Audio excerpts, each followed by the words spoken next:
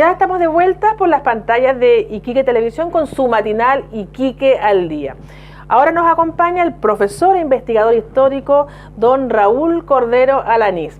Profesor, bienvenido ya usted de la casa, pues.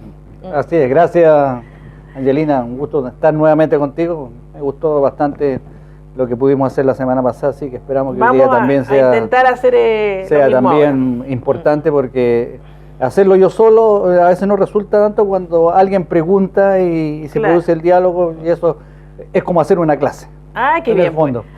Vamos acá entonces al Iquique glorioso. ¿Qué estamos viendo ahí? Mira, uno de los problemas que ha tenido Iquique, y eso lo tienes que saber tú, ha sido el problema del agua. Por lo tanto, sí, Iquique se abasteció en la época de los changos, yendo a buscar agua a los ríos, ya sea el Loa o el río Pisagua, que eran los más cercanos, o el río Camiña, que también le llaman. Y sacaban agua de las aguadas, pero era un agua medio salobre, pero igual la usaban. Después sacaron el agua desde el mar, ¿no es cierto? Y ahora están volviendo a desalinizar el agua del mar. Llegó a tener Iquique 9 de estas plantas condensadoras de agua que le llamaban, ¿ya? Pero el abastecimiento de agua, una vez que ya tuvimos agua potable, en muchas casas no la había.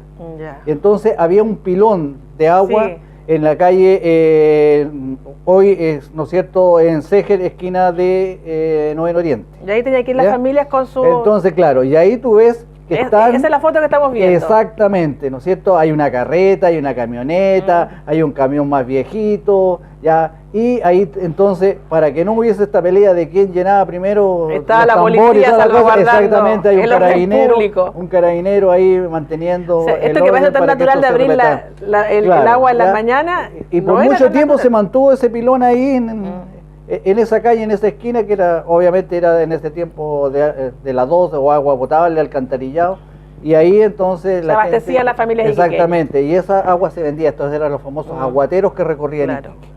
Era un oficio, el aguatero era un oficio. Exactamente, entonces tenemos esta vista que nos recuerda. Ahí tenemos la siguiente foto. Mira, no se ve muy bien, pero era para aclarar ya un sector.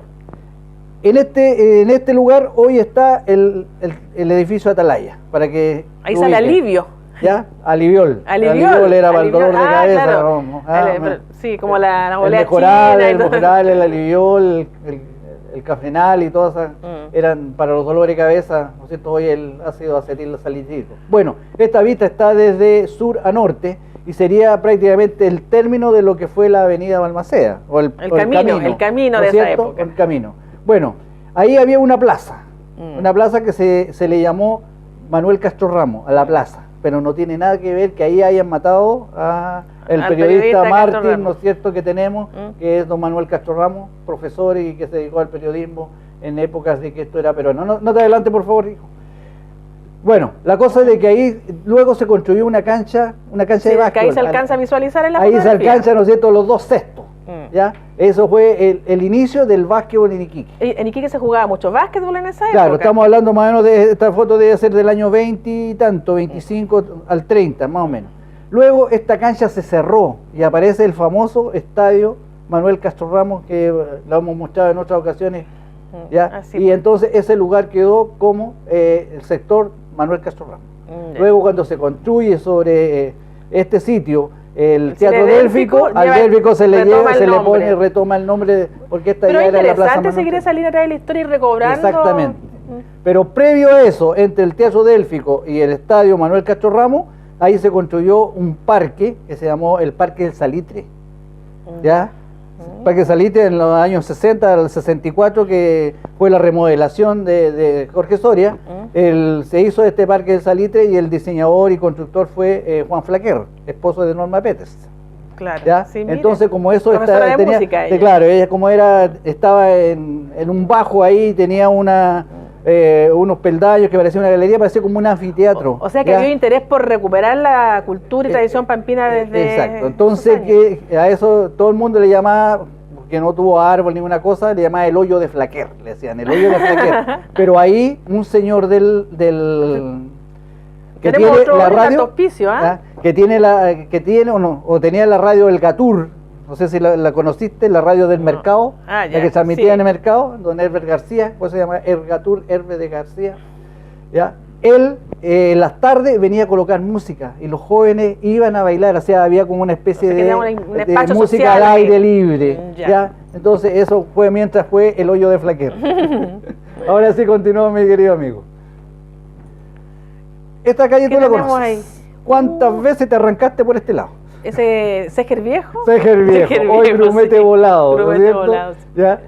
Y ahí, bueno, en la foto están haciendo un arreglo de la cosa, pero si nosotros miramos el lado derecho nuestro, ya no queda ninguna de esas casas porque ahí han construido edificios. Sí, pues.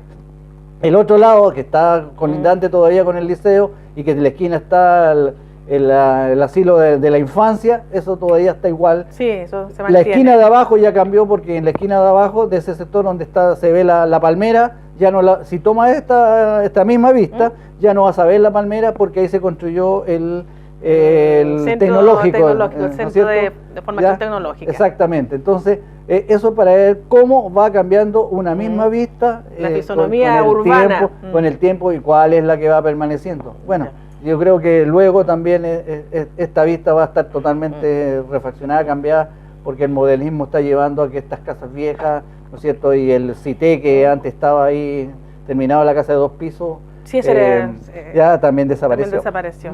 Así que ya pues. Las fotos son los testimonios de historia. ¿Y ahí también desapareció. Ahí tenemos un espacio de cultura y dicen que lo van a hacer desaparecer también. Ya. Esta es calle Gorostiaga. Al llegar a Aníbal Pinto, y ese es el lugar donde hoy está la biblioteca. La biblioteca municipal. La biblioteca municipal y está la salida del Teatro Municipal también, ¿no es cierto? La salida del Teatro Municipal. La salida trasera del Teatro Municipal. Exactamente, un escape, que es un escape. Bueno, ahí se hizo la biblioteca y por mucho tiempo, no sé si fue de tu época, ahí fue una peña también, que la tenía el conjunto Chintahuay.